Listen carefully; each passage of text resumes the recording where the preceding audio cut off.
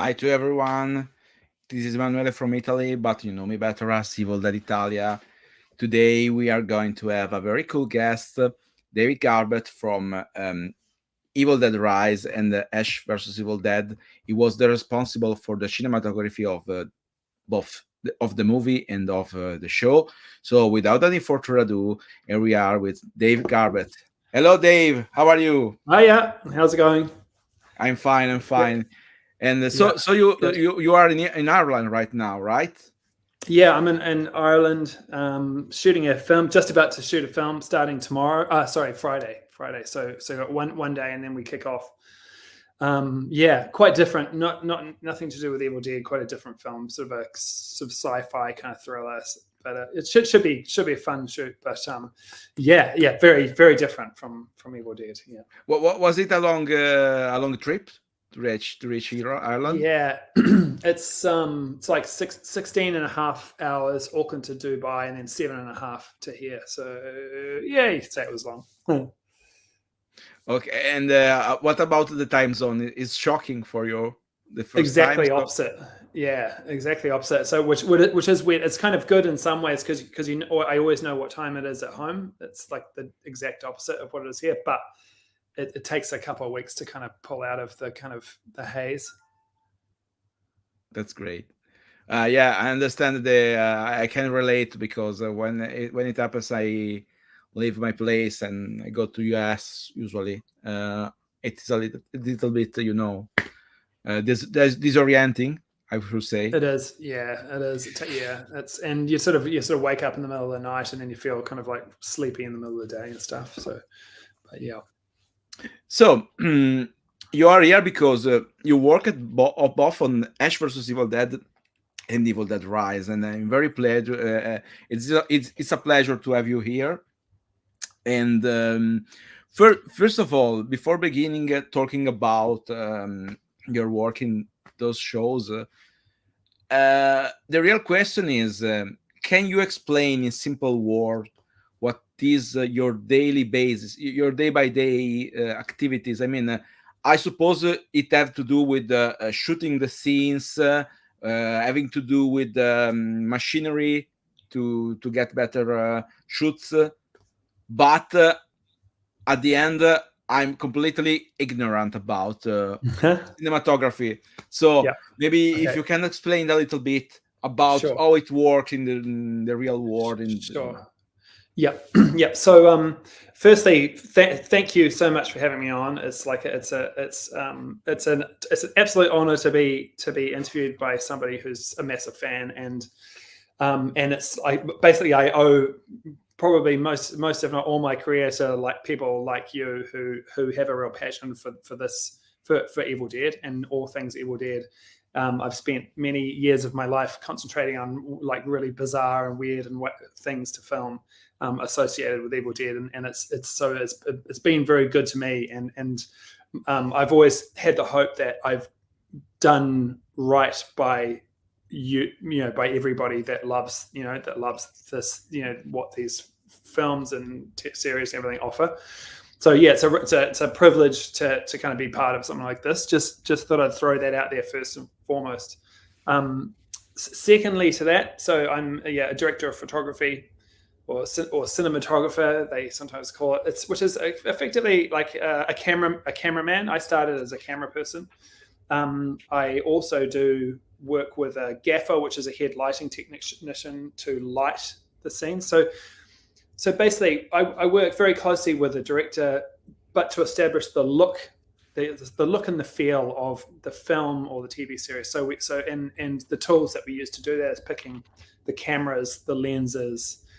We also further to that, when when we're breaking down the script and going into scenes, I will walk through all the scenes with the director, looking at angles, looking at just the mood and tone of the overall project, and try and turn that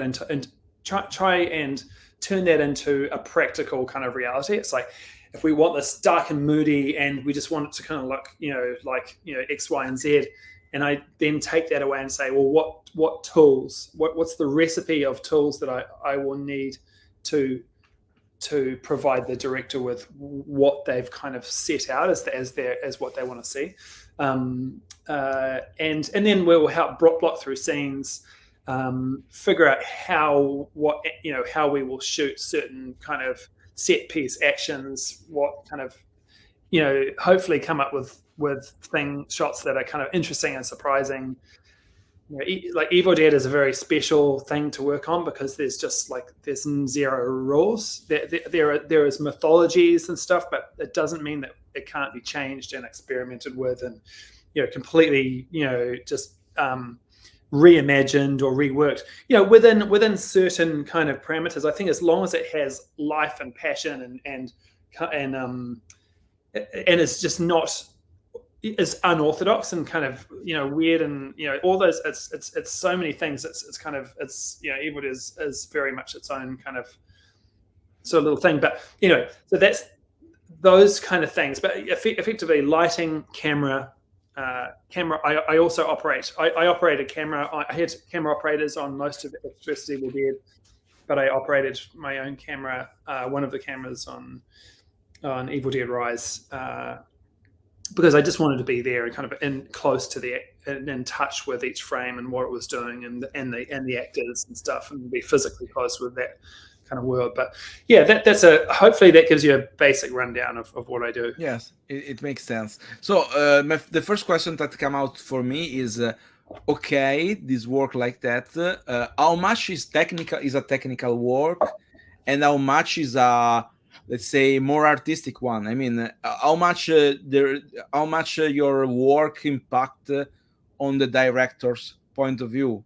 You are just, let's say, a mere executor, or there is more on this? I mean, you put something of your not just experience, but even something else. Yeah, I mean, I would personally, from a personal perspective, I would like to think that I was, sort of roughly 50-50, creative and technical. But I like, that I find the best direction when I'm talking with the director. The best things that I can get from them is more is talking in non-technical terms. So, talking about just the way stuff feels and the vibes of something, or how we want to make the audience feel, and I late in the piece I try and convert that into cameras, lenses, and that kind of the physical nuts and bolts of it.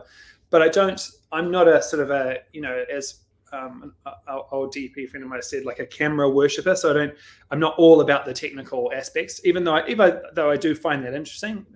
Accessing ways of doing unusual things is definitely a cool part of the job. But I mean, I'd like to think I have an artistic aspect, which is the dominant feature, and then that just simply informs the technical sides. And I need to know and understand the technical aspects, but I like to treat it like we're doing something. We're creating an artwork. I mean, without sounding kind of highfalutin. It wants to be something that is entertaining and captures the imagination. And the technical aspects of that are definitely secondary, I believe, to that. Yeah, understood completely. And so another question that comes natural to me after you said this kind of thing. Have you ever been a director for some project of your own? I mean, there is even a part of that in your career. I have, like, years and years and years ago, I did a number of kind of music videos, directing, but not beyond that. I've definitely kind of just gone as I sort of got more and more into as a camera operator and stuff. You end up you become somebody who I think I prefer in many respects the fact that I kind of that it does have a very technical side to the job. And I think you sort of lose that as a director. Although, I mean, I probably would certainly consider directing something. I wouldn't be against it, but I do really love the job that I do. because I love working, hearing ideas that a director brings to the table, and then just and figuring out how to convert them into a reality. So I really love the role that I play, but I haven't, and I've dabbled in directing, but I don't think it's not, certainly not my kind of main kind of passion, I guess, or intention, in the future. That's great. That's great. And you are the director, so I suppose you have many people working with you. I mean, how does this work? I mean, you have a team. Yes. You lead a team. So depending on the size of the production, but say for Evil Dead Rise as an example, we had 2 camera teams. So I had myself, who was a DP but operating one of the cameras. Gary Matthews, Papa Bear, as his own, was operating the second camera, and then we had first and second ACs, Blair and Dave, and then beyond that, I won't name the whole crew, but second ACs. So camera people, second assistant camera people, trainee or truck loader type positions.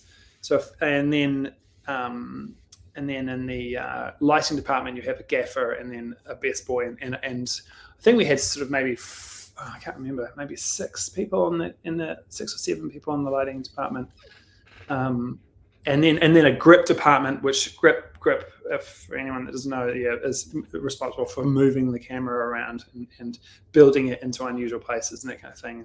And I think we had a team of 6 or 7 of those. So those are my core kind of people that I spend a lot of my time with.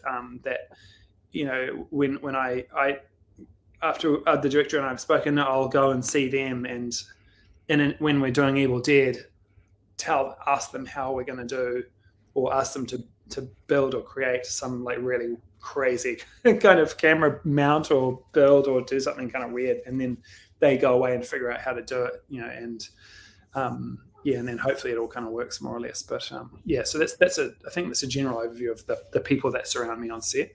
And then there's obviously wardrobe and makeup and all these other like really amazing kind of crew people, but they're probably one step further away from me, because they'll certainly ask me for for opinions on the way stuff looks and feels, but I'm not, it's a more relaxed kind of relationship. It's probably one step further away from those kind of core technical crew members. Understood. And okay, so my first question related to the Evil Dead. So you worked both on Ash vs. Evil Dead and then Evil Dead Rise. Now, for a fan perspective, it seems that they just come out, but I didn't figure that you let's say shoot the movie more a long time ago. I mean, I think almost 2 years, 3 years or faster. Yeah, I think because it's funny, because I met with Lee Cronin 3 nights ago for a beer, because he lives in Dublin, and we were sort of reminiscing. He said it was 2 years ago to that day, or maybe the day before, 2 years ago that we wrapped that film. So that's incredible, because it seemed yesterday for I mean, the movie just come out in April, but I mean, it just come out in Blu-ray, something like that. So it seemed very recent, but it's not for you. It's actually a long time ago. Yeah, I think it was 20 November or September of 2020 that I first got a phone call from Rob Tappert saying, "Oh, we're looking at doing an Evil Dead film," and of course, and which I was like, "Okay, I'm in." And so that and then 2021 we started the production, I believe in February, March of 21, and filmed through till I think September. We got locked down with about 8 days to shoot. We got locked down for 8 weeks during COVID, came back and shot the last 10 days and sort of in October. Oh, it must have been October, but yeah, so it's actually kind of a long time ago. It still seems very, very kind of close to me. It still seems quite vivid for me as well. But it's actually it's a little bit of time has passed, and I've done kind of other jobs since then. And it's sort of but it's amazing. It's actually kind of cool because it was amazing then to see it sort of kind of come to life. Yeah. So my question is, you worked on both these projects, but Evil Dead before, or it was your first dive into it when you started with Ash vs. I Evil Dead? sort of didn't know Evil Dead, and it's weird. I was talking to somebody recently and saying it's like I watched so many kind of horror. I grew up in horror films. All those, I grew up in the sort of 80s, late 80s, early 90s. And there was all these, incredible, and we still had horror films from the 70s that were lingering around at that time as well. So you have like the Omen series and then Jaws and Friday the 13th, Nightmare on Elm Street, and those kind of ones. So I know all those ones. And Evil Dead, for whatever reason, I didn't really, I never, it just sort of, I sort of missed it almost. So it wasn't until later on in my sort of 20s and stuff that I actually saw the Evil Dead, the original kind of Evil Dead. And so I kind of knew of them, but it was actually just through Rob Tappert that I got sort of more connected with the kind of Evil Dead world. And it was when again he gave me another ring one day before Ash versus Evil Dead, about 6 months before that started shooting, and said, we're doing a TV series, Evil Dead TV series. And again I was like, yeah, I'm in. But then I went back and of course like watched the films and stuff, because I was like, well, should I try and I want to know, I just want a refresher in terms of what it is that we're doing, and it's not to copy anything or do anything the same, but just to get the right feel for what it is, because it's quite unique. Evil Dead is quite unique, I think, because it's sort of its own kind of subgenre of films. It has a sort of comedic elements, and it has horror elements, but it also has this amazing kind of creativity that kind of runs. That's like the driving force of it. So yeah, I didn't know the original films super well, but I loved how just kind of I loved how creative those were, and we sort of tried to bring that into Ash vs. Evil Dead.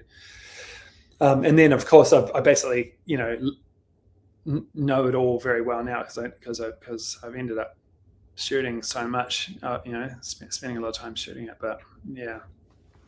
We have the first question from the audience. There is Rufus that asked us, what prop did you get to take home or try to take home, but was refused from the set of Ash vs. Evil Dead or Evil Dead Rise? Yeah, I actually didn't get to take. I didn't take. I mean, there was so much stuff in both of those. All the big ticket items, Necronomicons, and I considered buying the car from Evil Dead Rise, but then I thought it was kind of crazy because I've already got a car and I couldn't do anything. But then weirdly, I kept seeing that car. I keep seeing that car drive around near my neighborhood. Somebody quite close. Somebody in that neighborhood has bought it, and so I see it like driving past me every once in a while, which is quite weird. Yeah, I actually don't really.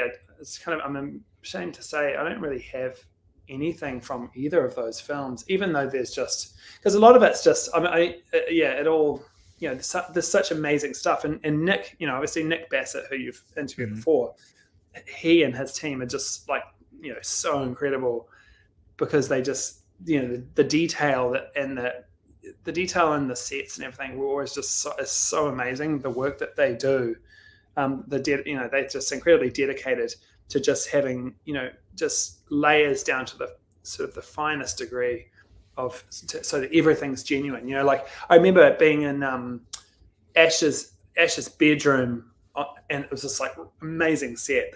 So he hadn't been back to his bedroom for like 20 years. So it was like this kind of time capsule.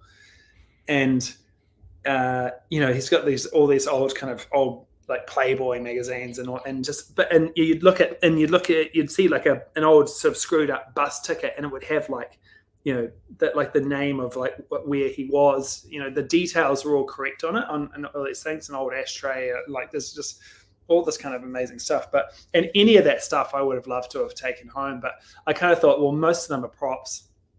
I can't really take it, and all the kind of like iconic things are already being kind of claimed and kind of spirited away prior to me getting near them. Yeah. It makes so nothing really, to be honest, other than crew t-shirts and crew jackets and things like that. It's an advantage for you. Probably I get mad in a place like that. I could get mad. I am a collector of stuff. I bought something from the set of Asher vs. Evil Dead. I have what did you end up with?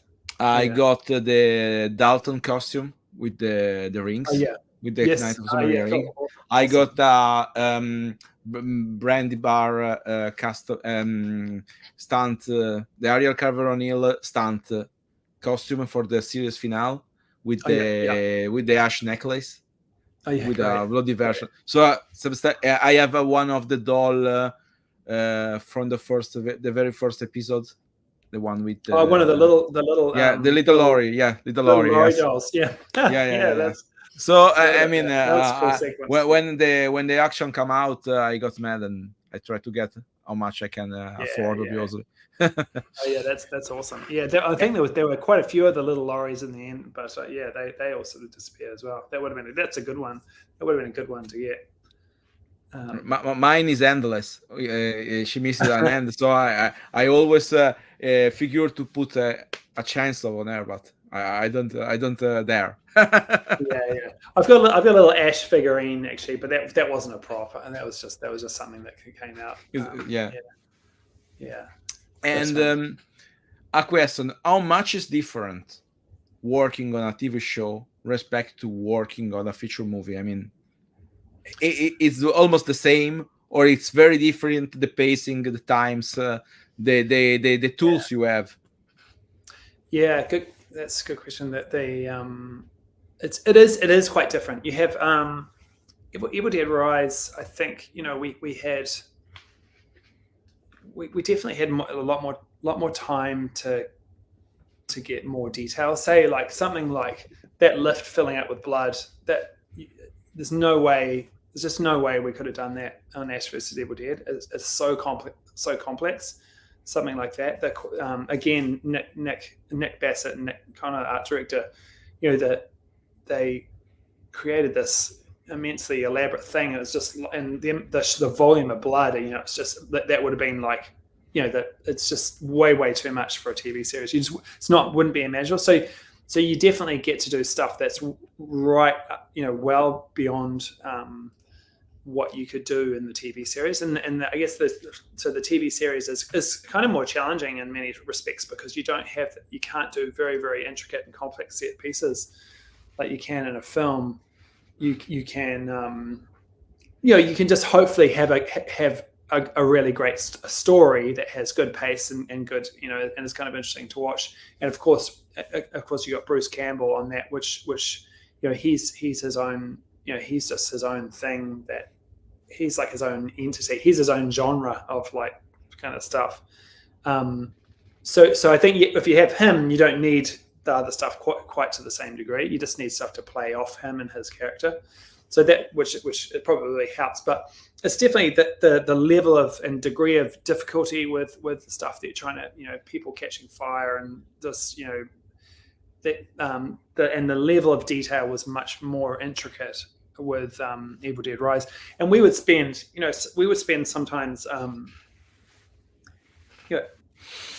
4 hours getting, or not, it was still kind of very, very busy in type of time, but we would spend say 2 hours on like 1 second of screen time on Evil Dead Rise because there was these there were setups that were so complicated that if you got them wrong or if it didn't work, you had to reset.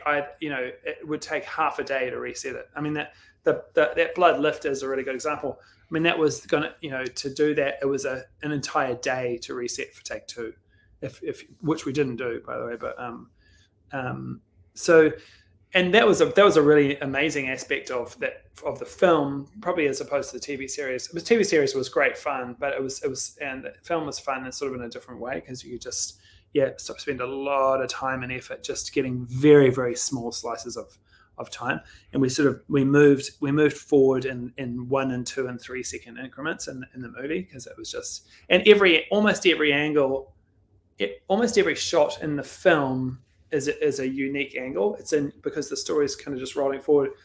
The shot that you have of this person here, you'll never return back to it, because in 1 second they've been stabbed or caught in fire or been thrown across the room or something like that. So you need to find another angle, another angle, another angle. So you never repeat kind of angles. Whereas in the TV series, there might be more like, this is more of a dialogue scene where they're sitting across a counter in a cafe or whatever, and so you're shooting, a close up and a close up, whatever, that you'll use multiple times. But Evil Dead Rise, because there was so little dialogue in it as well, it was just one long massive action sequence.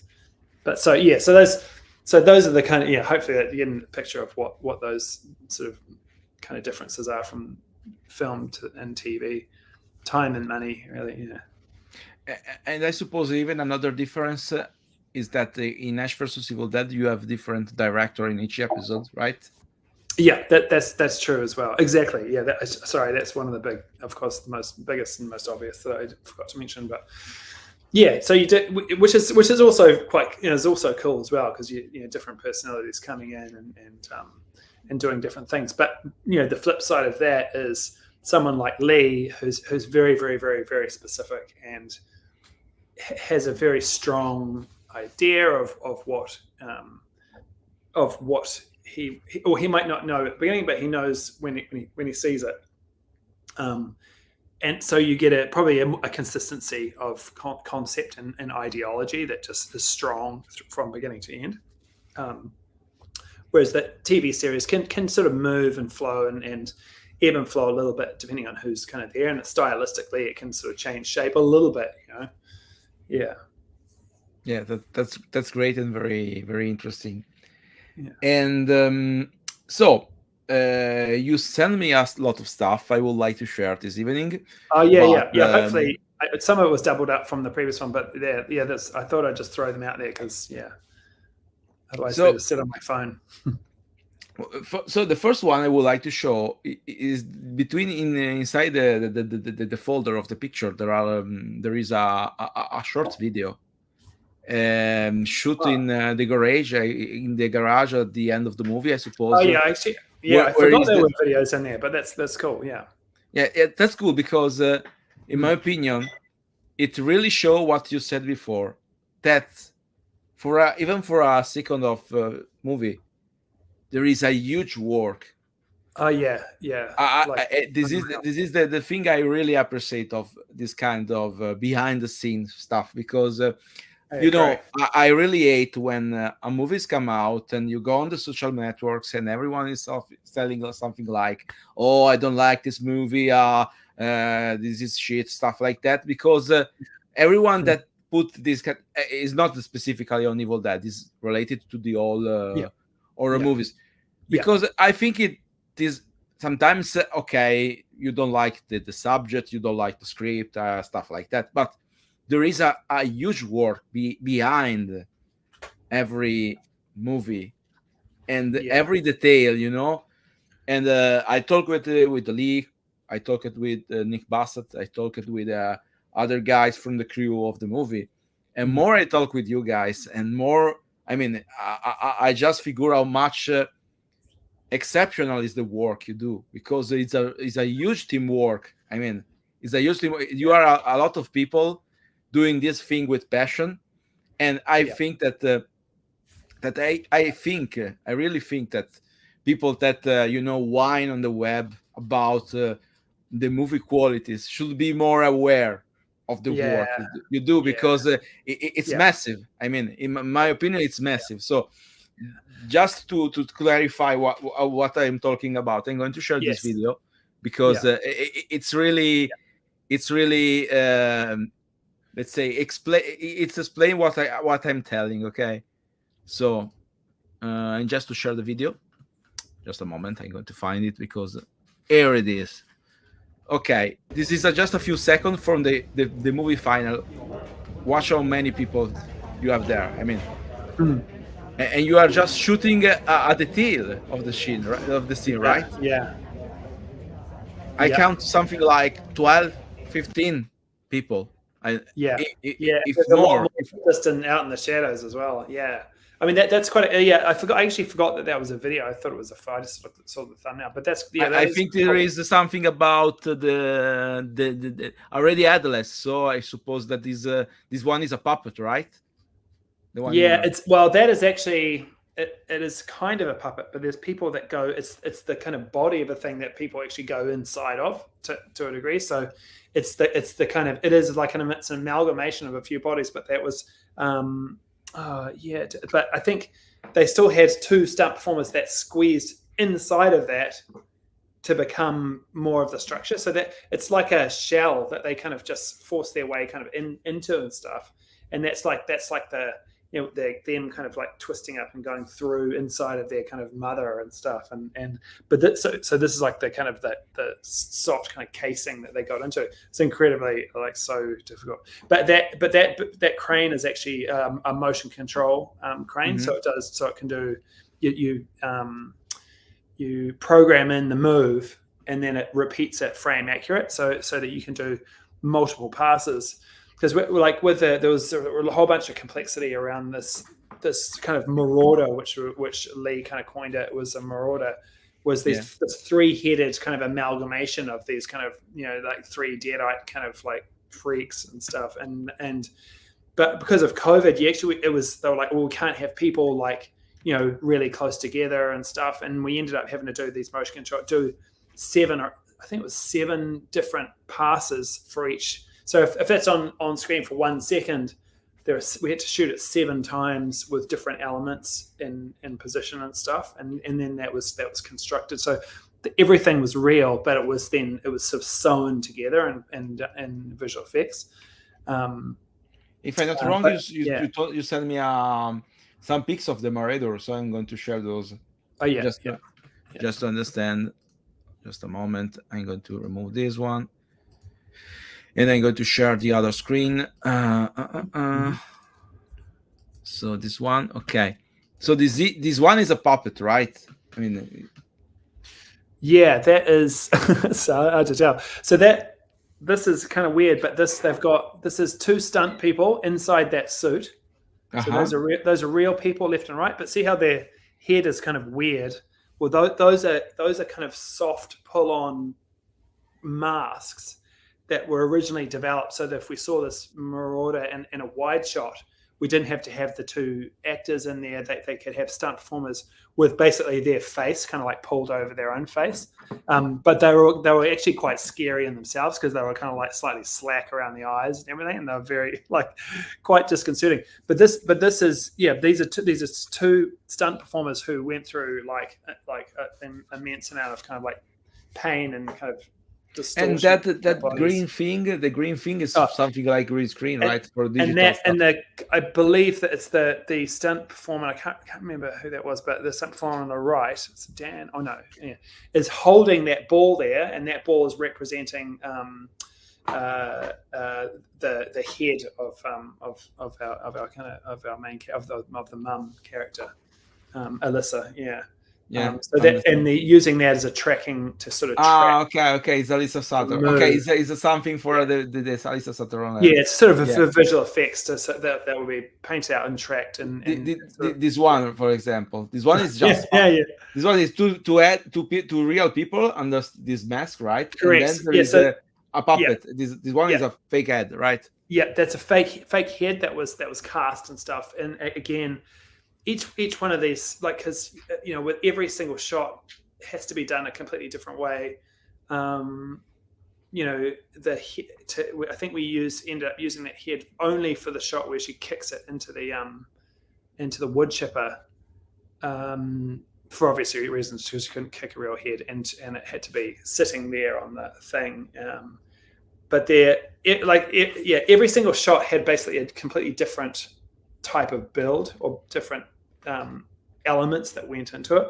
I think when it was just Alyssa's head on the tray, they actually made a new tray with a cutout that was cut out around her body so she could lie naturally in on the tray, and then to paint out the rest of her body. And but yeah, that's 2 stunt performers with masks and a pretend head.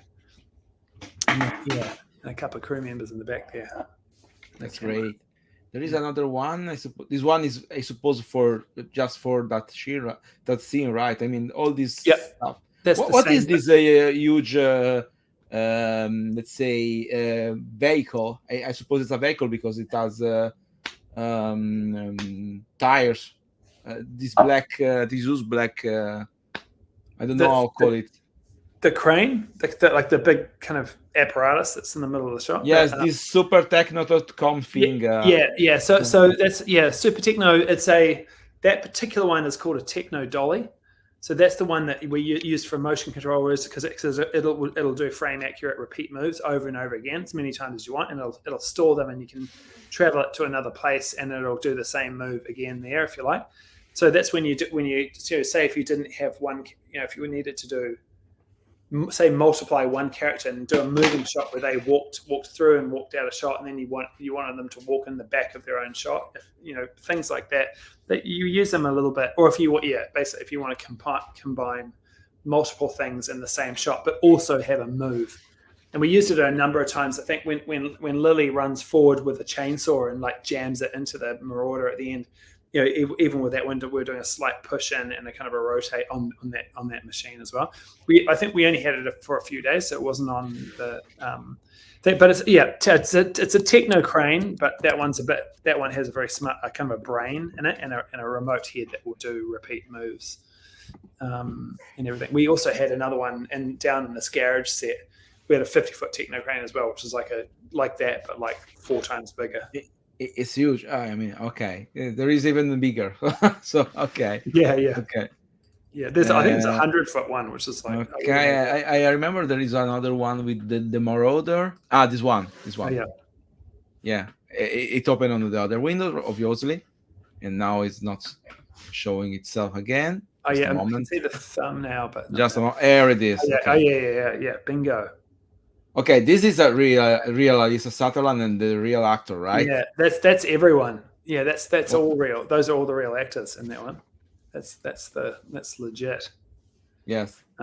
They are in good shape, I suppose. Here. Yeah, that's actually in the back of the truck when they sort of scramble in there.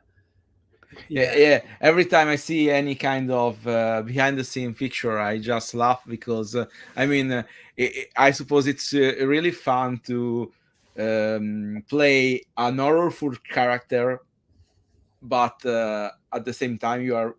I mean, it's fun. I mean, for the actor that's why watching is a nightmare, but for you it's fun. Yeah, it's great. It's so good. And these 3, like the cast on this film just were incredible, like so good. Yeah, I agree. I have the lucky of meeting Alyssa Sutherland in a convention in Germany, and she was the humblest person.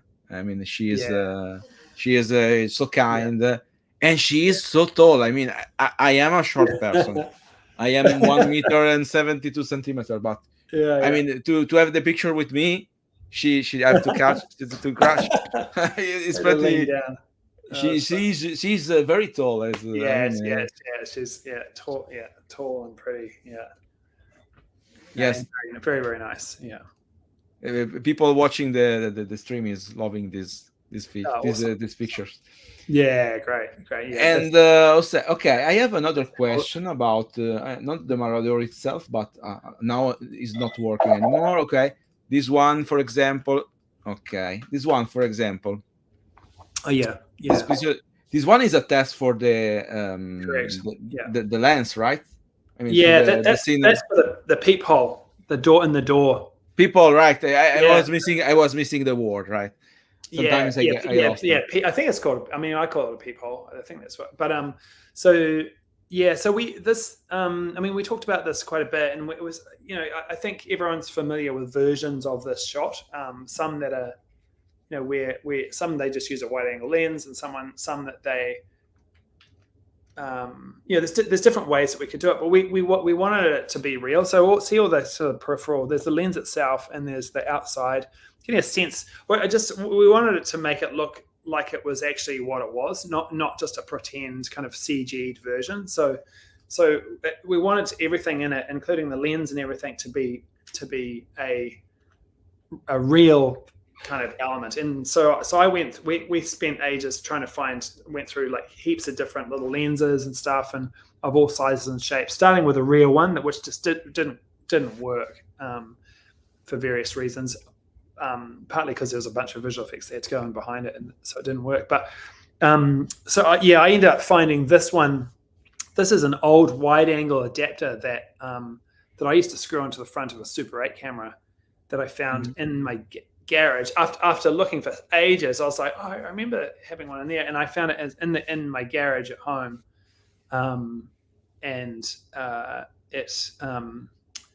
it was perfect. I just put it up, and it's like bingo, and it's been sitting there for like 15 years, and I just pulled it out, and I was like, that's actually the perfect thing.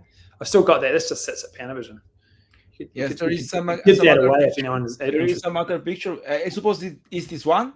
Is this one, right?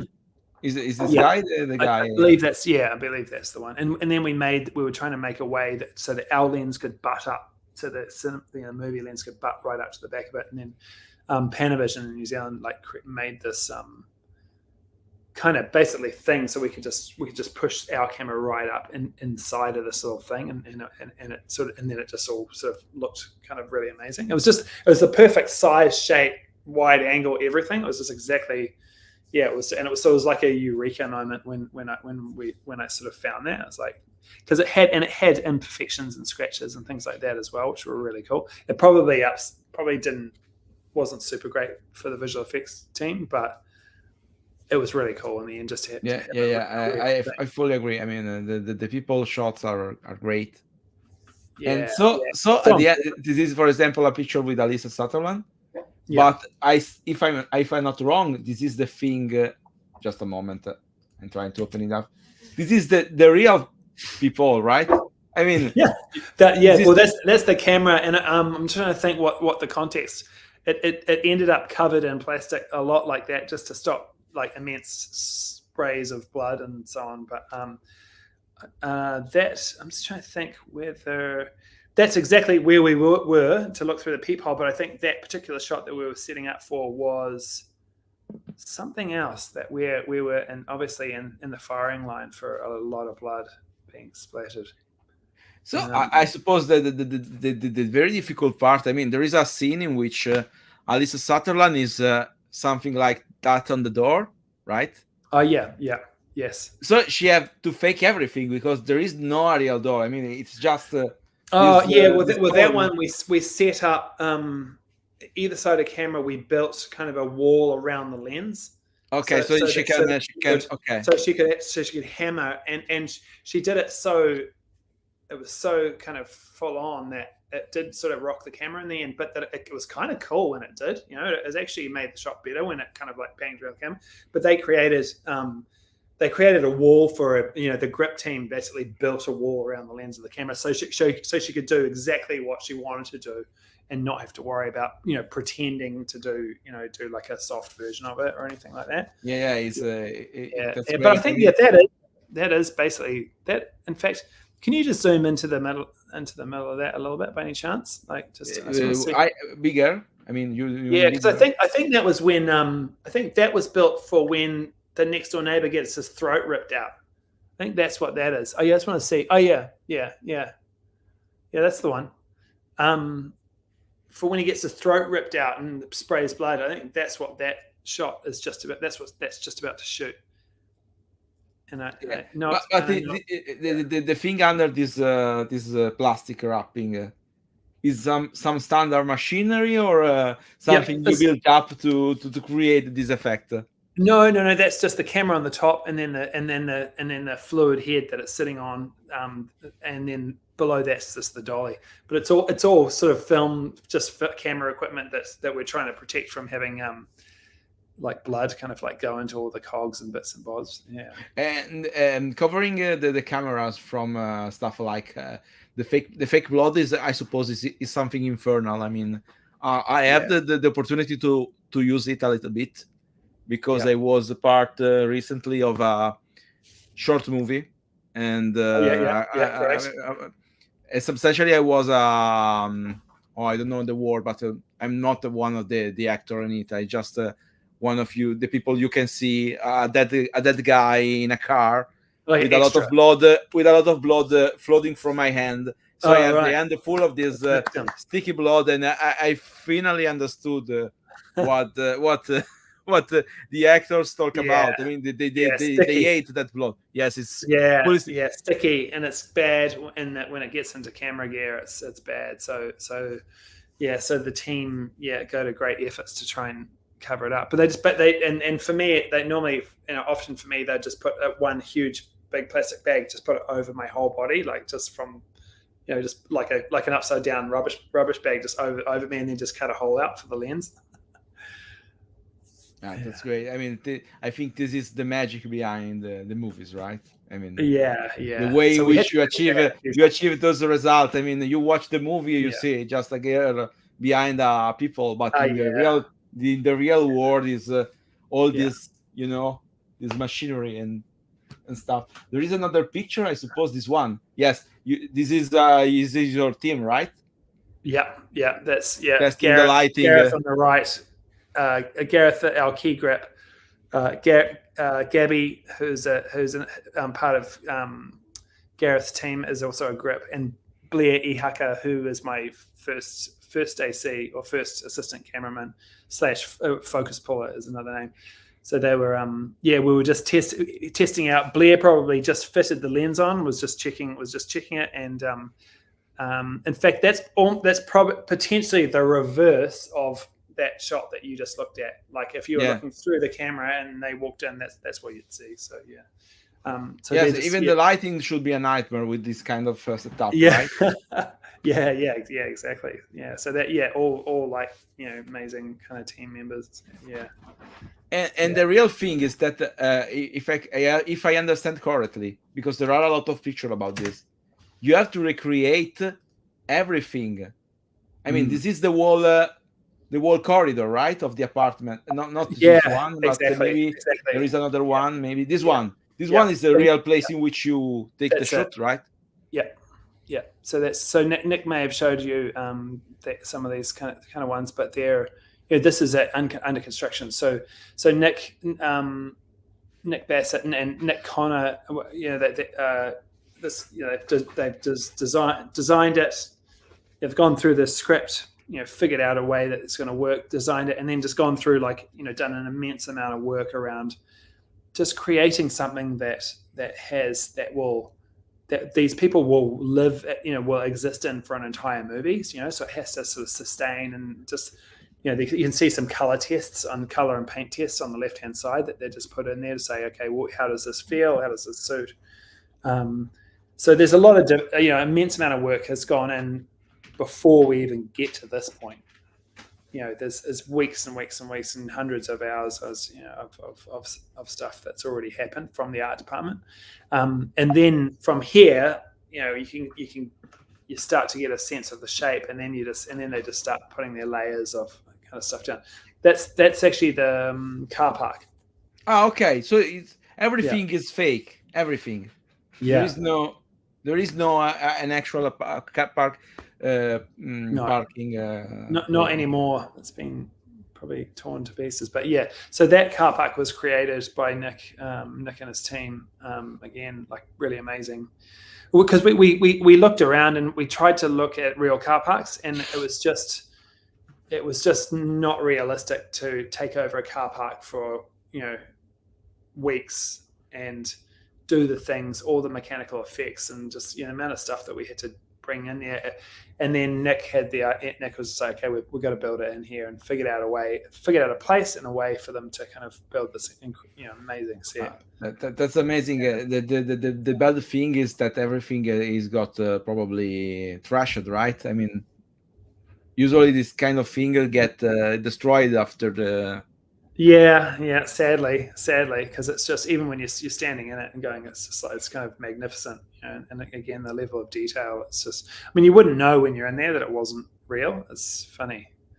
Yeah, for example, when I was talking with Nick Bassett, and he told me that the cabin from Ash vs Evil Dead was destroyed. It was a complete replica. I mean, Yep, built from scratch. I think Nick's built a couple of those, and then we built another sort of version of it in well, Evil Dead Rise as well.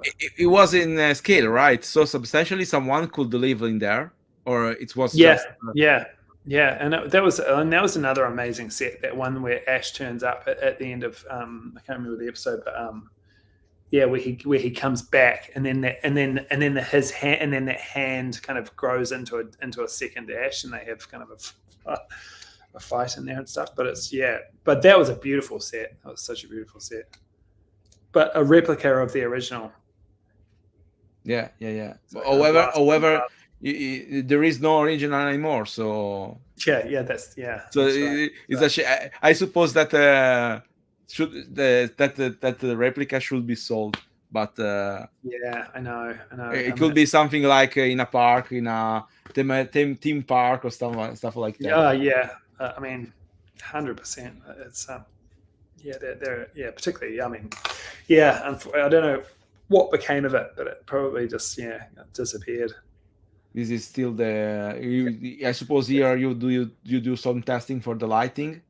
Yeah, this is actually just to get a feel for the shape. So they've just started to kind of plaster and texture the walls and everything. I mean, you think even that, like the walls, like there's so much detail that goes onto those. They have plasterers and texturers that are just there with all kinds of unusual implements, doing little, doing scratches and making it slightly uneven and stuff, that just to make it look realistic. And see that the sort of torn wallpaper on the right hand side, and it's really, it's an amazing, a huge degree of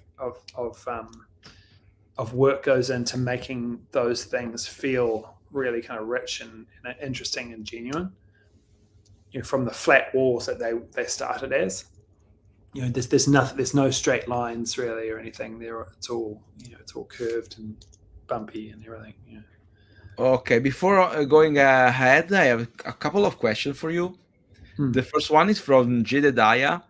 Do you know where the cabin was? I mean, when you recreated that for Ash vs Evil Dead, it was in a set. It was in a specific place in the woods, or it's just everything on set? There was an exterior that was built in the woods, and let me think. Sorry. They built the exterior.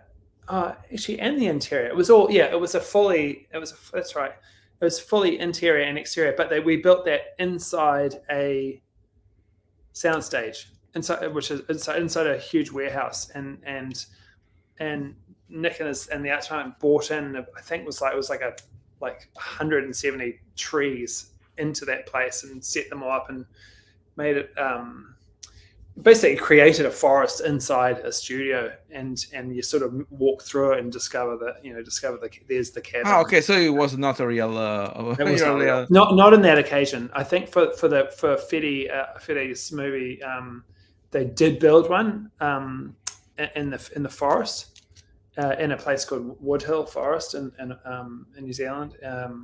So they had an exterior, which then burned at the end. So that one burned. But so that one was real. This the Ash vs Evil Dead one wasn't. It was real, but it was inside. It was totally real. The second one is regarding the blood from Janelle. She's wondering if you buy the blood and it arrives on set already done, or there is someone that made it there. That's a really good. That's a really good question because only because we spent such a long time talking about blood, and not me. It was Lee and Brendan Jury, the special effects supervisor. And this was very much a Lee kind of driven thing to a degree, even though Brendan's very expert at making blood and has done probably so much of it in the past, but Lee didn't want the sense that it was kind of like red water. He wanted it to look like blood and feel it, to have the texture and the sort of depth of real blood. So so Brendan and his kind of team ended up. I think they hired a commercial kitchen, and I might be wrong. You should interview him one day as well, because he'd be a really good one for some of the techniques that they use. But they had an industrial kitchen where somebody just boiled what's that sugar, palm sugar, Mm-hmm. and they boil it, and then they put food dye in it and so on. So it's customized, it's custom. It was all made for this, for that film, and as was I think some of the versions that you can get for makeup and stuff is you can buy off the shelf, but this, because they needed such a vast volume of it, and it had to be a specific kind of quality, they boiled it, or they made it all themselves. So the 7 or 12,000 liters or whatever they ended up in that blood lift was all made by people in a big industrial kitchen, just doing pots and pots and pots of. Yeah. I should say that is witchcraft, but yeah. So a lot of time. I think it took weeks, I think, for these guys to do it. I mean, don't quote me on any of this exactly, but I know that it was a big deal. But it was just it looked so good, in the end. But it was we spent a day in waders kind of inside there. It was pretty sticky, but it's pretty cool. Yeah. So going ahead, this is Nick Bassett, right? Oh, yeah, there's Nick himself. I'm curious, what kind of machine is that? The one on? I mean, it's something to create a wall. That's one of those ones that we have a thing like a bike pump at the top, and it just compresses the air inside, and then you spray. It's like a spritzer. They call it. Okay. They spread the thing, just spritzes, and they do that with layers of kind of slightly kind of. Again, I might be just slightly inaccurate when I talk about this kind of stuff, but they sort of do that with paint layers. So they spray it on, and then they get another layer, and then they just do like hundreds of layers on the stuff to make it look old and kind of. That's a speed painting, something like that. Yeah. This is This is a stunt for Lisa Sutherland, right? Yeah. This was a practice. So they were just trying to get a sense of how this kind of lift and these cables and everything were sort of torturing her, and how they would do it, what's the kind of shapes that they were making, how do they get a person in these sorts of positions, that physically, how would they do it? So again, lots of just a lot of work from the stunt, team. Yeah. I suppose it's not a very comfortable position, this one. I wouldn't want to be in it for very long, that's for sure. Yeah. Neither I.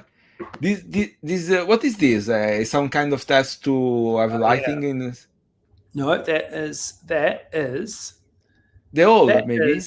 Do you remember the old bank vault that yes, the earthquake.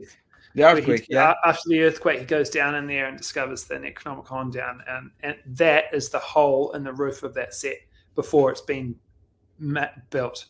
So they cut the shape of the hole to get a sense of it with the height. But we're standing in what will become that underground set. I should say it's a hole in the ground. Exactly. So that it is, literally. So they built those are in two separate places. The car park was in a different place. The underneath the car park was in a separate, room, and we sort of weave them together visually. But that's looking up into what would in theory be the car park, even though the car park's actually about 50 meters further away than that, and on the same level. That's amazing. But it was just to have a look and test the aperture and go, is that the size and the shape that we kind of want? And it's like, yeah, that's about it. That's it. This is the same machinery you showed me in the garage, but a smaller one, or it's similar. It's not telescopic, so it doesn't go in and out. Like it's called a GF8 crane that's in a short mode that we used a lot to get sort of a lot of our sort of over the top of records and over and just move around the room, get the camera into sort of weird positions and stuff or overhead positions. So Gareth and his team that was one of their tools basically to get the camera. Yeah, the level of details, as you said, is astounding. I mean, you can even read the title on the posters. It's yeah. It's I great. mean, it's amazing walking around inside those sets. It looks just as good to the eye, you know.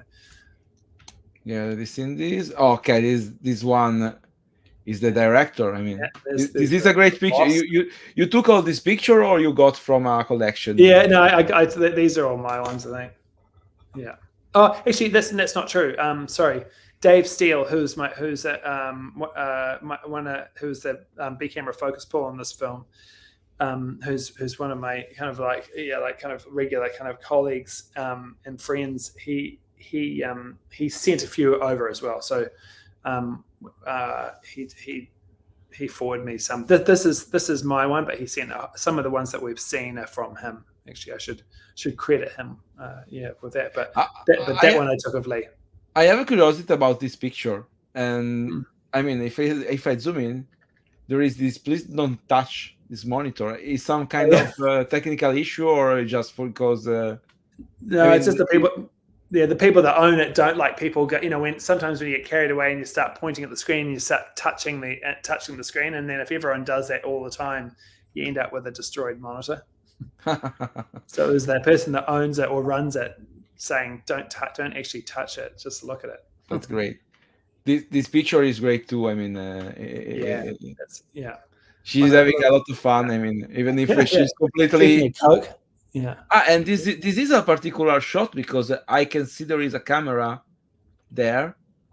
I mean, not just the one, the big one, or even this one. I think that one down there is I think it's a visual effect for visual effects. That camera, it's either doing a HDRI, which takes a shot of the whole kind of lighting setup, or that's a visual effects camera that's in there. Just and it goes in, they take shots, and then they pull it out again.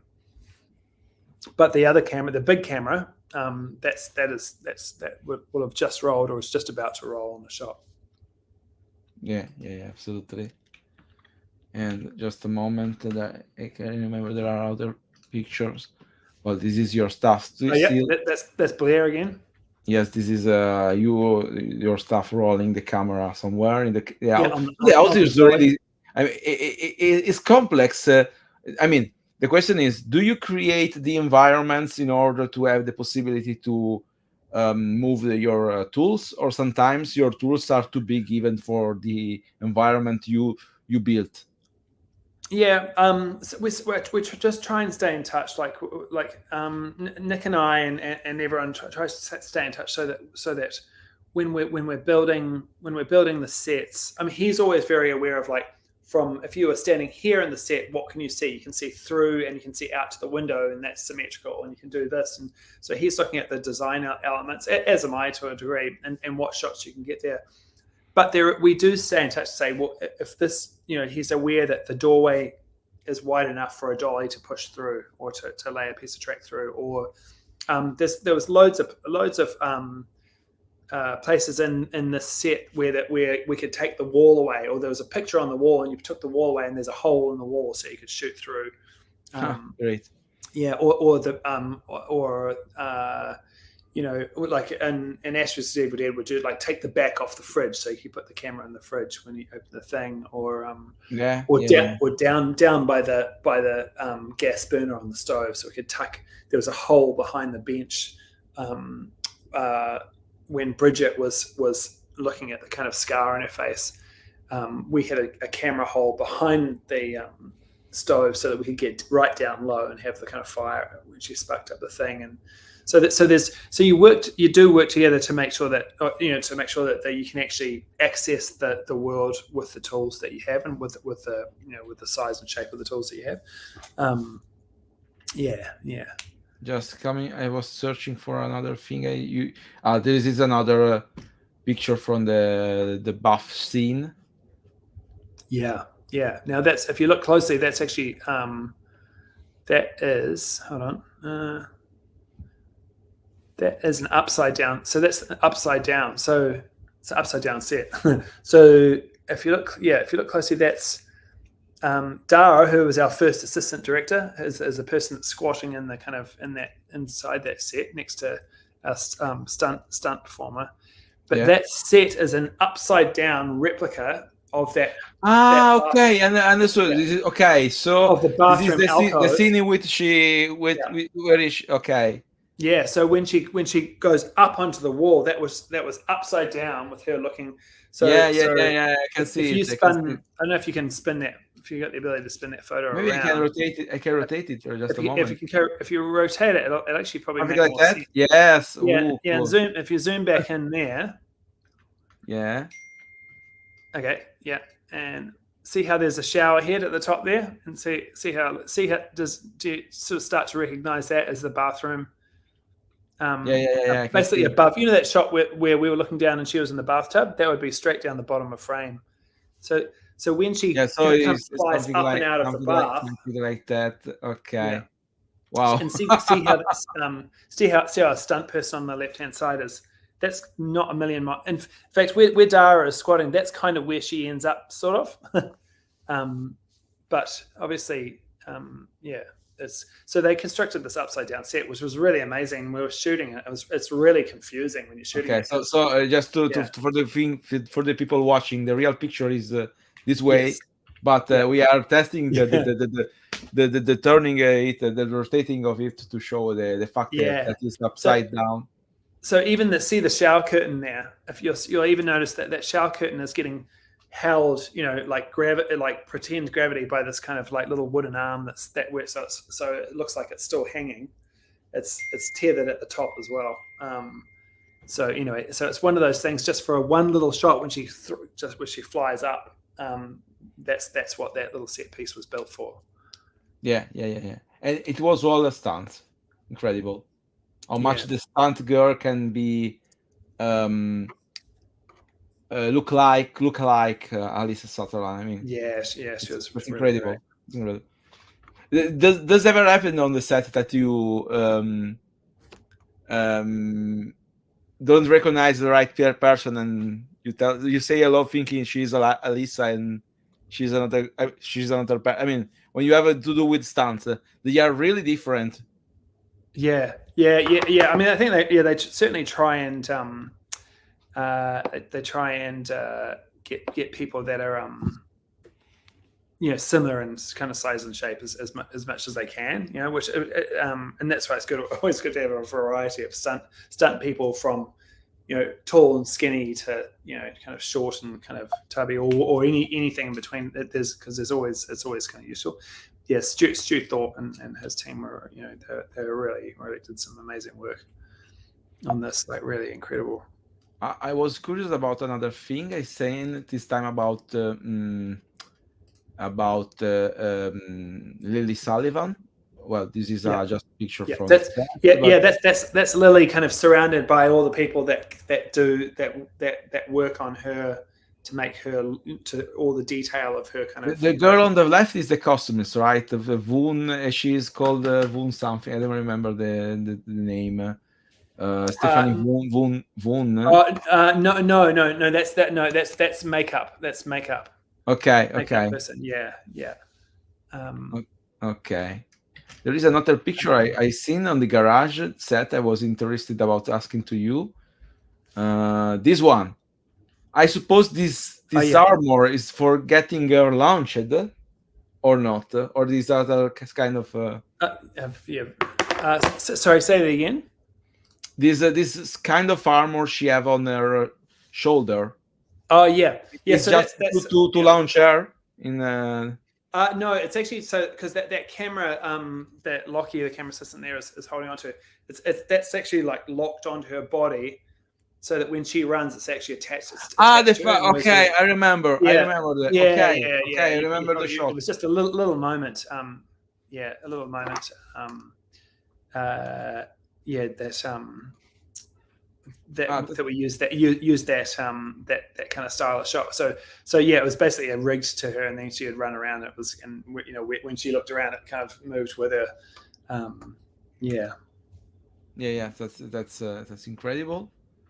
I mean, more I get ahead, and more I'm curious about this stuff. Okay, I've already seen this. This one we already seen it. Okay, this one is the blood Yeah. sequence. Yeah. Oh my god. Yeah. So that and that blood. That's Gary Matthews, my camera operator, in there with the camera inside a splash housing, provided by Mary Millen, I should add. It's so the camera's inside that thing. So Gary, I put in there. He's in a sort of a dry suit, and he's going to just about to push that camera in there and do a shot where he sort of sinks it down into the blood. So Yeah. So you cannot save yourself from that blood. I mean. Yeah, just this time I asked that he go in there. Oh, it should be. I don't know if it's really fun or just a nightmare. I cannot. It was pretty fun because we were in there with the with the actors, and we were just in everyone was in there, so kind of we're all in it together, and it was actually pretty cool fun. And obviously we had to have a shower and all that afterwards, but it was pretty messy, but it was pretty awesome. It's pretty cool to do stuff like that. That's just like what in the like. There's not that many jobs where I can get to do this kind of stuff. I fully agree. I mean, it's wonderful. I mean, so unusual, and let's say it's wonderful having this job, not swimming in the blood, but in real life. I mean, yeah, not so good in real life. Yeah. And I suppose these shots are after pandemic because you wear masks. So I suppose there were some kind of. We still had to wear masks basically all through the entire shooting of this film. Okay. I was thinking just after because Lee told me something like there was two different moments. The first one, there is no kind of. Yeah, actually, that's true. That's actually very true because previous to that in New Zealand, we actually were sort of COVID free. We had been COVID free for about 6 months or something like that. So we were operating kind of like normally like we are now, kind of. But then the news came in when we were filming in that underground car park with the Marauder, and we had that crane that we're looking at. That day, news came in that they had found they had a COVID case, first COVID case in months and months and months. And it sent it all into a bit of a frenzy, and we got locked down. But and then when we came back, it was all masks. Yeah, that's great. And Jedediah was asking me, I suppose, regarding the previous picture, how heavy was that rig with the camera? I suppose it's pretty heavy because it's like, I mean, the cameras aren't super heavy, but once you put all that stuff on, it's probably like 25 kgs. Like it's like a big, like if you had a big heavy suitcase for a flight somewhere, if you loaded your suitcase with heaps of shit, it was kind of, excuse me, but yeah, it was kind of that sort of weight. So it's heavy enough, but that was sort of floating on the surface of the water. So once you get it in there, the water sort of takes a bit of the weight off you. So so it's heavy. It's definitely it's a heavy kind of thing to lug around. That's great. Just a moment, I would like to share. There is another thing I would like to share about this one. Actually, you should go back to that one. See that one of Lee and the just go one further back. One this more. One. Sorry. No, this one. That one. What is this? Yeah. It's like a Lee puppet with his head moving. That was the last couple of days of shoot. Lee had to be piped in from Dublin to direct the last few days. I think it was the last couple of days. So he, for one reason or another, he ended up having to go home because we weren't sure how long we were going to get locked down for and stuff. can't remember the exact sequence of events, but he had to go home. So Rebel Fleet, who do all the handle all the kind of video, so video feeds from the camera, so that all the crew, they built this thing which is like a lighting stand. I think it's an iPad with Lee zooming from Dublin. That's that Adidas jacket, because he always used to wear an Adidas jacket. So they put that around it. The Yui boom is where he's talking. That's his voice coming out of there, and then this microphone on the left is his ears. So they kind of constructed. We called it Robo Lee. And he got wheeled around, so wheeled around the set so that he could talk to everyone and stuff. It was quite funny. I've got loads of other photos of the actors talking to him and stuff. It's quite funny. That's great. That's great. And I suppose wait a moment. I would like to. Okay, this is the scene with the elevator. I suppose the elevator even this time. Okay. I have a question, technical question here, because I always see this kind of stuff in the picture you sent to me. This this overlay on the images. Yeah. So I have the first question. This is just 24 FPS, or this is 24,000 FPS? No, 24 frames per second, and at 0.000. So you can change it in increments. So you could put what is the point of using a so low? I mean, I don't have any experience on this. Okay, I'm more for video game. I know that less FPS, more the thing is getting less fluid, I should say. So 24, I mean, without sort of getting too into technical detail, so 1 second of moving video footage is 24 still frames that are run together, 24 of them in 1 second. When you run 24 still images together, like if you flicked through 24 still images in 1 second, that's when it looks like smooth motion. So any less than that, it can look a little bit kind of jumpy, or any more than that, you go 24 is like the sweet spot where it looks like a very natural kind of image. If you go more than that, it starts to look a little bit more sort of a little bit more kind of weird, less kind of dreamy, a little bit more like real life, like sort of an old video camera kind of look. But 24 is is like the cinema kind of spot. So I basically said that's how many frames you're shooting a second, shooting 24 individual frames per second, which is normal speed, just normal like live action speed. 50 frames per second would be slow motion, but you can change that incrementally on digital cameras. You can change actually, and in the old film days, you can change it. So in the old days, you can get light flicker off some lights, some movie lights, so you might go to 33 frames per second, so it's slightly slow motion, if you go 0.333, then you avoid flicker on the lights, because it's just kind of an increment. So strictly speaking, you don't need to have the decimal points on that, but that represents it's 24 frames per second. That's the frame speed. I suppose it's a very complex software, or it is very easy indeed. Yeah, I mean, all those parameters have been the same in cinema since for 100 years, pretty much. That when Alfred Hitchcock was filming, he was shooting 24 frames per second, but on a movie camera. So we're just doing it the same, but digitally. Okay, understood. That's great. There is another picture with Lily Sullivan. This is you, right? This is you. Yeah, that's me. That's me. With Gabrielle Eccles, right? Yeah, with Gabrielle. Yeah, when she's eating the glass. Yes, this should be uncomfortable too. I mean, the position in which she I think certainly didn't. She didn't seem to borrow her too much. She's very kind of athletic and flexible and stuff. But I don't know. Even Hirsch wasn't that keen on doing it for too long. Yeah. Even here, you have the wrapping on your camera, because I think we were just because they were that's right, because she basically spits blood. She spits, right? Yeah, she spits blood. Yeah, yeah, so yeah. we were taking a bit of a hit there, so we just had to cover up. After this stream, I have to rewatch the whole movie with different eyes. Oh yeah. That's you on the back, right? I, I think that I is don't that. understand if it is a I think picture that or. I think that might be George, who's that one of the art directors. I think that's him, or maybe it is me.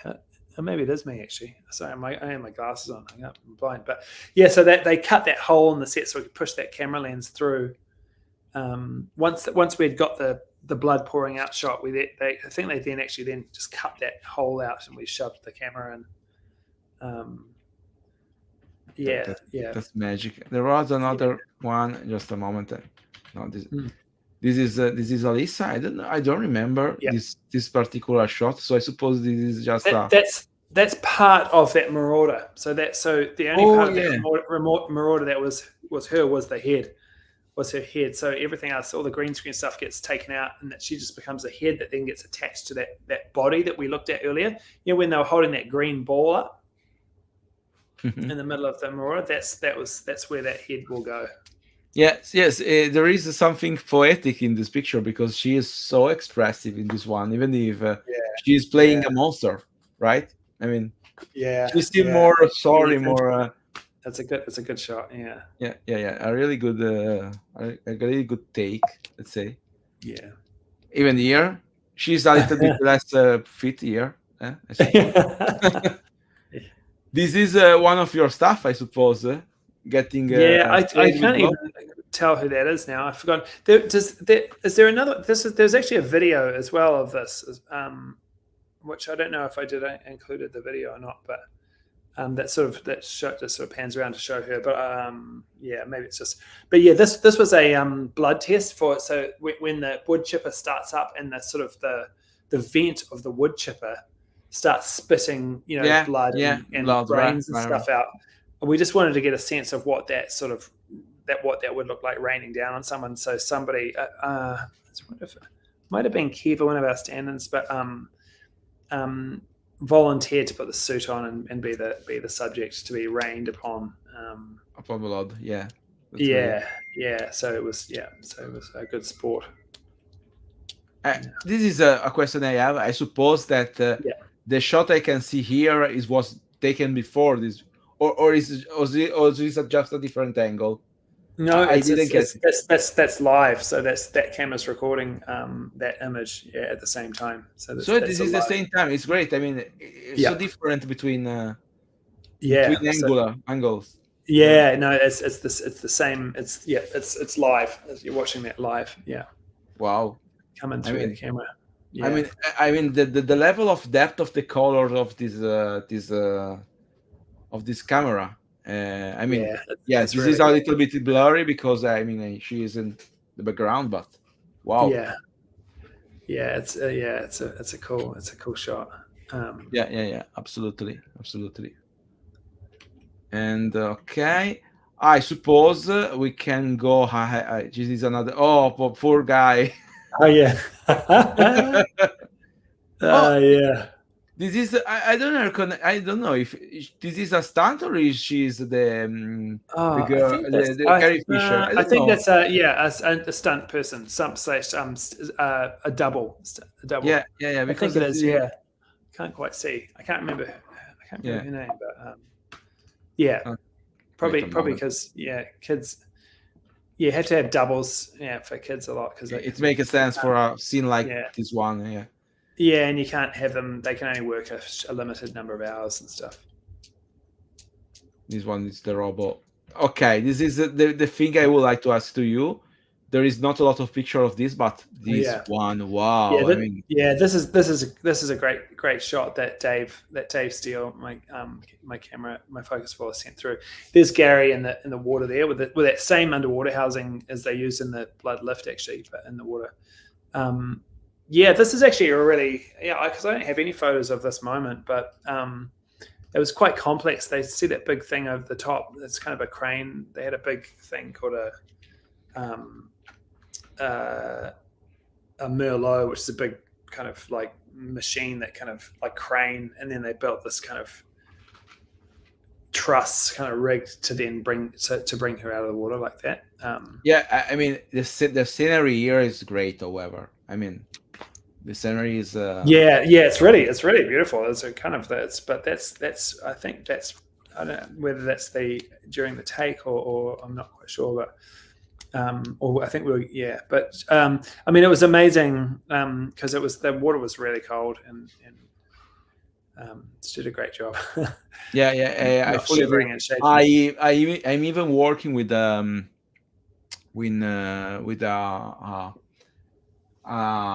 pixel artist. I'm going to rework the sequence in 8-bit, in 16 bits. You know, Yeah. like a video game. You know, Oh, awesome. I'm working with this guy. I already did a small animation with. He did a small animation. I was the commissioner Oh, wow. about with Ellie and with Alyssa and Oh, Lily Sullivan. that's awesome. But I probably we are doing to replicate the scene in which this girl come out from the water. Jedediah asked here. Usually these shoots are done in reverse. So I suppose the question is Yeah, if she did. you Yeah, she coming out of the water, or if you put yeah. her in and then you reverse Yeah, it. she came out. So they dunked her, and this is quite a tricky thing. They dunked her down in, waited a few seconds with her under there, and then slowly brought her up and out. Yeah, just so that it should just really had to be kind of genuine. And I have done it in the past where you used to do it in reverse. You just wet people down, but it just wasn't going to work in this particular kind of instance. It just had to be really kind of just very realistic, and so it was amazing. She went down there and had to wait for good probably 10 seconds before then the shot began, and she kind of came And up she's the real actress or a stunt? Yep. Because Yeah, yes, real because when you actress. see Yeah. her face coming up, is yes. Yeah, and I just can't remember her name now.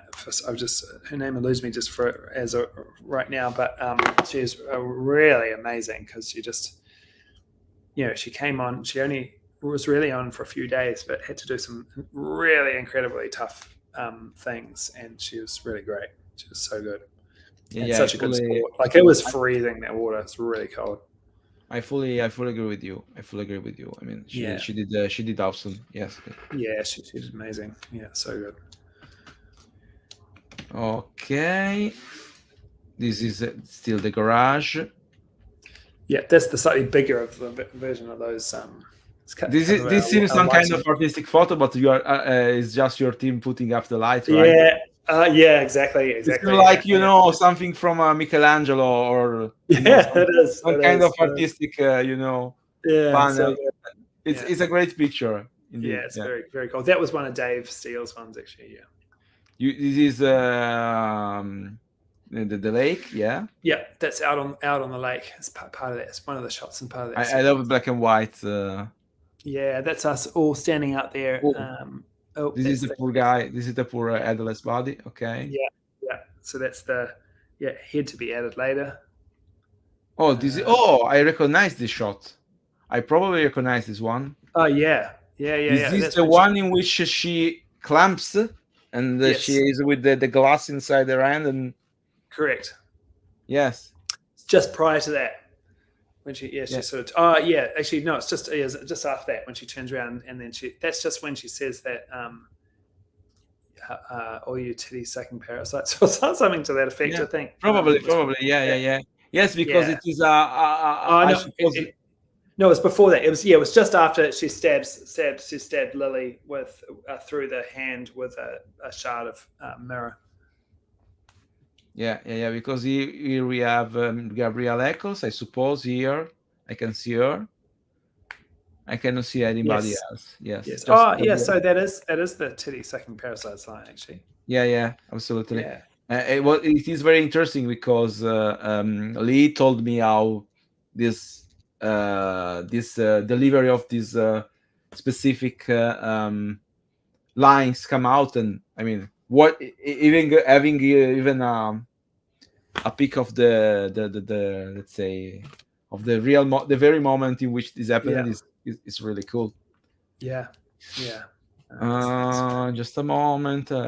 This always the corridor of the building. Yeah. A poor camera with blood. Yeah, that was the blood stains from when that little kid gets thrown across the room. Oh, the props of the There's a couple of arms there when yeah. Alyssa gets her arm blown off, and then her leg later on as well. Yeah, there is something. Oh wow! There's a couple of arms there. Yeah. Do you have someone that suffer from this site? What's that? Do you have someone in your crew that suffer on this site? I mean, seeing.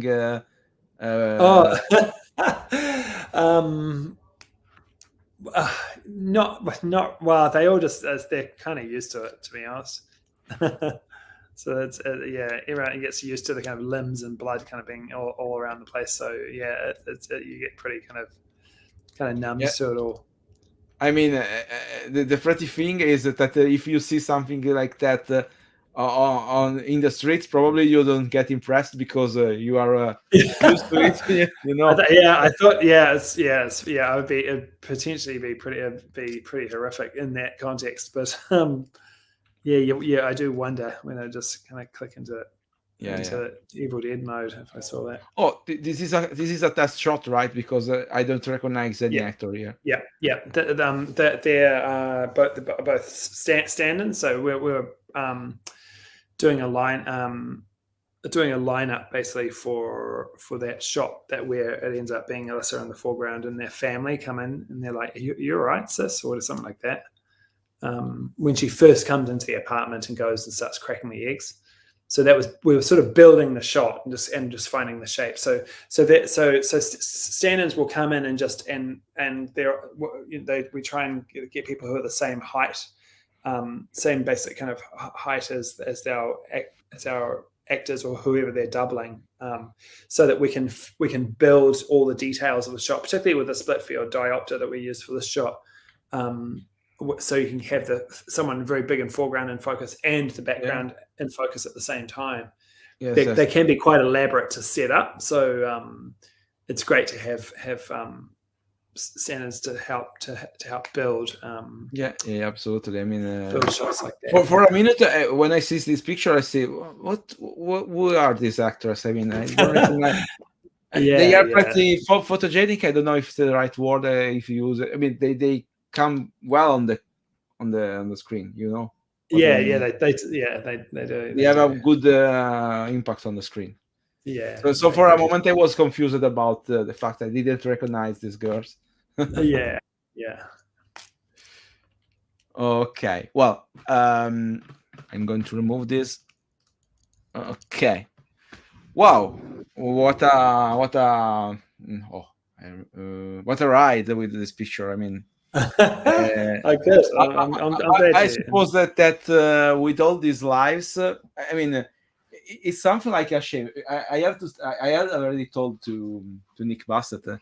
I suppose that you including Lee, you should write a book because I mean, many people buy book like behind the scenes because in the past, you don't have anything. So people try to get all the pictures and write books and stuff. But current days, substantially, you have documented anything. That's right. I mean, I think Nick would be a really good one to construct a book like that because they have so much incredible detail. I mean, I think there's so many amazing things that we did that were amazing on screen, but they're always also amazing to see the construction of them and the planning and the development of an idea. And so, so if you only ever see the end result, it's almost like in some ways you're kind of missing out a little bit of just the complexity that goes into each of those moments sort of behind the scenes. So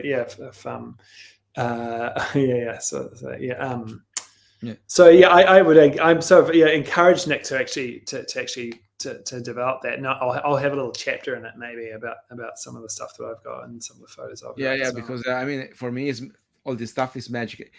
I wrote a book, an essay about the Evil Dead franchise, and Oh when yeah, you talk about the old movies, yeah, I mean, there is a lot of material, but it is yes, always the same, and maybe yeah, someone of something else. So when you discover something, is like a great discover. But in the end, today everything is documented. I mean, I suppose yeah. you have even That's logs, true. Yeah, daily yeah. logs, stuff like that. I mean, it's wonderful what you could achieve with this kind of. Yeah, well, that's the thing. I mean, just even like in my phone here, I mean that represents about 10% of the photos that I have just still on my phone of just random kind of behind the scenes stuff. That all tells a little story, you know. Yeah, Yeah, absolutely. yeah, And yeah, the best thing, I'm happy to have you. I had Nick Bassett and the guys from the artistic crew. Is that is I'm doing something like the Blu-rays have come yeah. out. Yes. Had come out. Sorry, my grammar Yeah. sometimes suck. Yeah. I'm completely miss. I completely miss past tense and right stuff No, like that. that's fine. And so the thing is, we are doing let's say a public service because the Blu-rays, the only Blu-rays has some kind of extra content is the English one with the Ali Cronin commentary. So all this Yeah. stuff we can see on the web, etc. The thing Lee Cronin is posting on Twitter, on Instagram, this kind of live. I mean, those could be considered, extras Yeah. for the fans. So I'm Yeah, very yeah, happy. yeah. No, it's great. I think it's amazing. It's amazing, and I think again, I feel very lucky to actually be able to talk to somebody like yourself about all this stuff because it's really, I find it really interesting, and if there's people out there that would appreciate that information, it's great to just put it out. It's great to have it out there in the open, and so people can kind of see and kind of understand that. So no, I think what you're doing is so awesome, and yeah, it's very much an extension to that sort of the Blu-ray kind of extra kind of like bits and Yeah, pieces. yeah, yeah. Yeah, it's really cool. It's really cool. Thank you very much. I mean, Yeah. I am just here trying to obsess people and get them here more than I don't bring any content. You guests are bringing it, so I'm Yeah, very yeah. Well, it grateful also to you. helps it. It helps keep it alive and develop. And there'll be a new movie. I'm sure. Because it's alive. I mean, Evil Dead in particular. Lots of films are similar, but Evil Dead in particular is it lives. It lives in this world. Yeah, yeah. In between the movies. Yeah, yeah. Yes, I'm very curious about the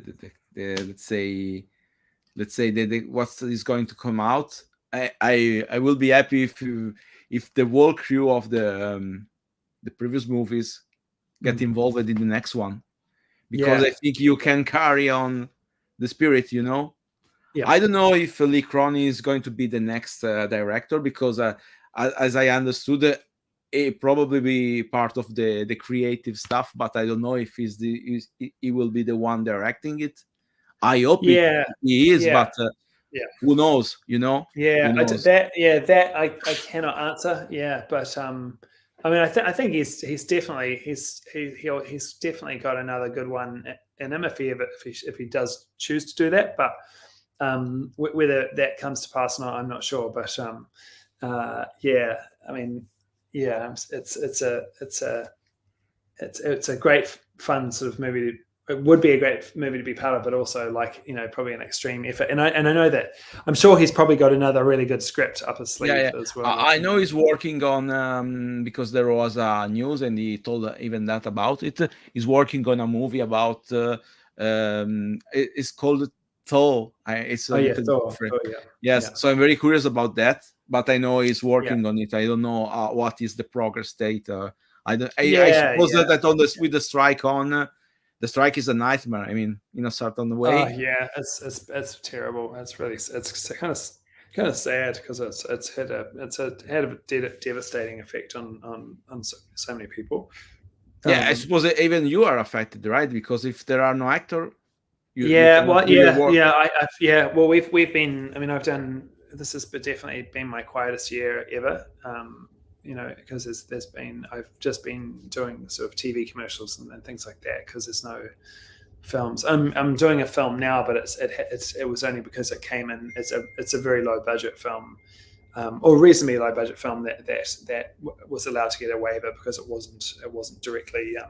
It's not being produced by one of the big studios. It's an independent Yes, film. it's an indie movie, right? Something like that. Yeah, exactly. So it had a SAG and waiver, and it already had a script and everything, so it didn't need, it didn't need a development or anything. So it was ready to go. But I'm really lucky to kind of be doing that because there's a lot of films, a lot of projects that aren't going at the moment, which is so hopefully they get that sorted out like sooner, rather than later, because I know it's people are really struggling around the world. Yeah. I've seen I follow the SAG-AFTRA Instagram account Mm. to know about the strike, and I've seen Yeah, the last that's post good point. about. I've seen the last post about the fact that majors left the bargain. They leave and Yeah, which was terrible. I heard that. I not on the Instagram thing, but I might follow. I might follow that actually because just to stay abreast of it. But yeah, that's what I heard.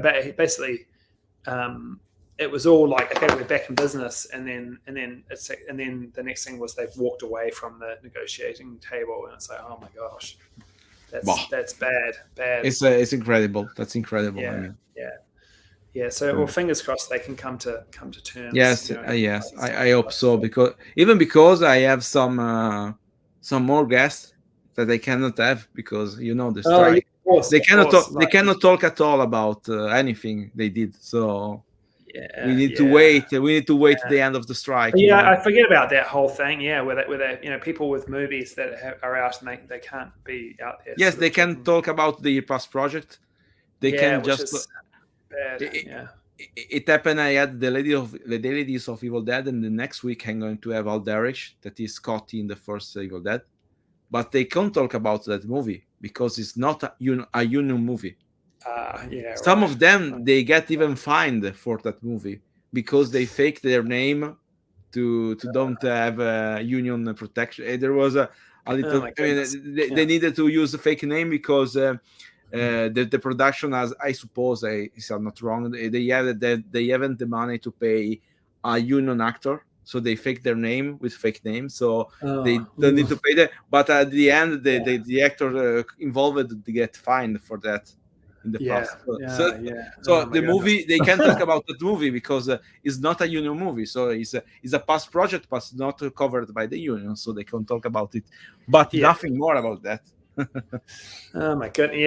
Yeah. Oh well, fingers crossed. Fingers crossed that it's just like this is just a distant memory.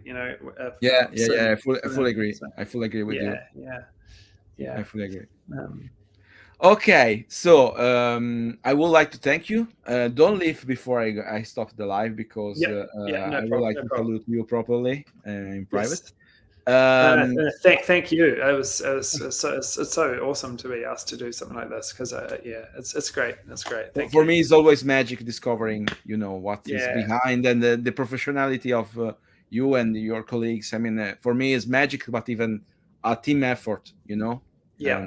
So much so. It's like a kind of orchestra. We have to kind of work together to make it work. Yeah. Yeah.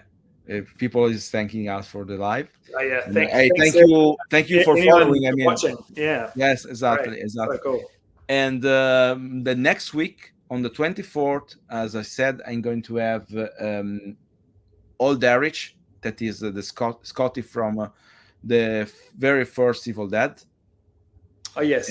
Oh, someone is telling that you should come back. I will be happy to have Dave back. Maybe we can. I'd love to come back anytime. Yeah. Let's say my dirty dream is having many of you from the staff of Evil Dead Rise, some kind of reunion You know, Yeah, you, yeah, Nick, that would be maybe cool. someone from.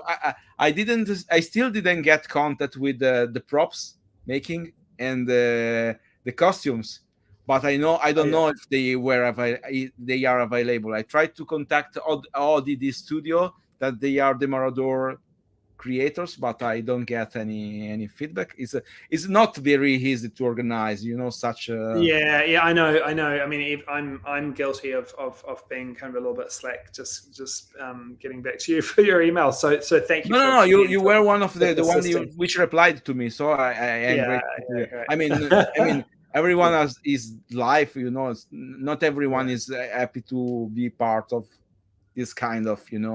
Yeah, yeah, One yeah. Well, person at could be least if shy. One. me, Lee, and Nick, and Al and Link, like that's if you say we all did it, and we might be more inclined to do it. Yeah. So Yeah, yeah. So, however, if there will be some kind of occasion, I will be happy to have all of you together. yeah, that I love that. That'd be cool. Be very cool. Okay. So thank you very much for the audience. Remember to come back the next Wednesday on the 24th, because I'm going to have Alderich. And as this time, you can ask things during the live itself, because it's a live stream, so you can participate. If you don't have given it, please subscribe to my YouTube channel and to my page. This helps me to be a little bit more, known. If I don't have a lot of followers, but if you share the word, maybe I can give a little bit more interesting to be a live stream partner or stuff like that. So thank you very much to anyone, and have a good night. Have a good afternoon for the US, because in US is just afternoon. For us in Europe is night. So good night to Europe, and have a good afternoon to US, and have a nice day. Goodbye. All right. See you. Bye bye, everyone. Thank you.